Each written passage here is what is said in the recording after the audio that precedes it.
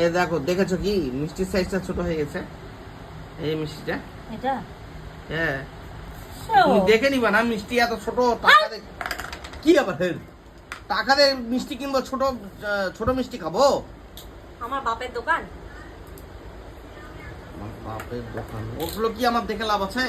তোমাকে দেখতে লাগবে না।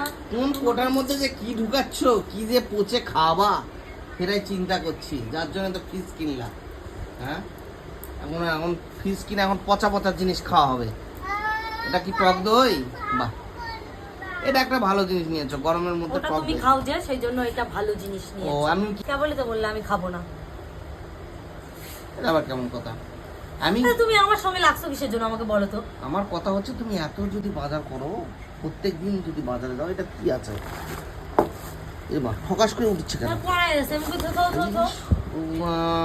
কড়াই কিনছো, পুরাতন কড়াই।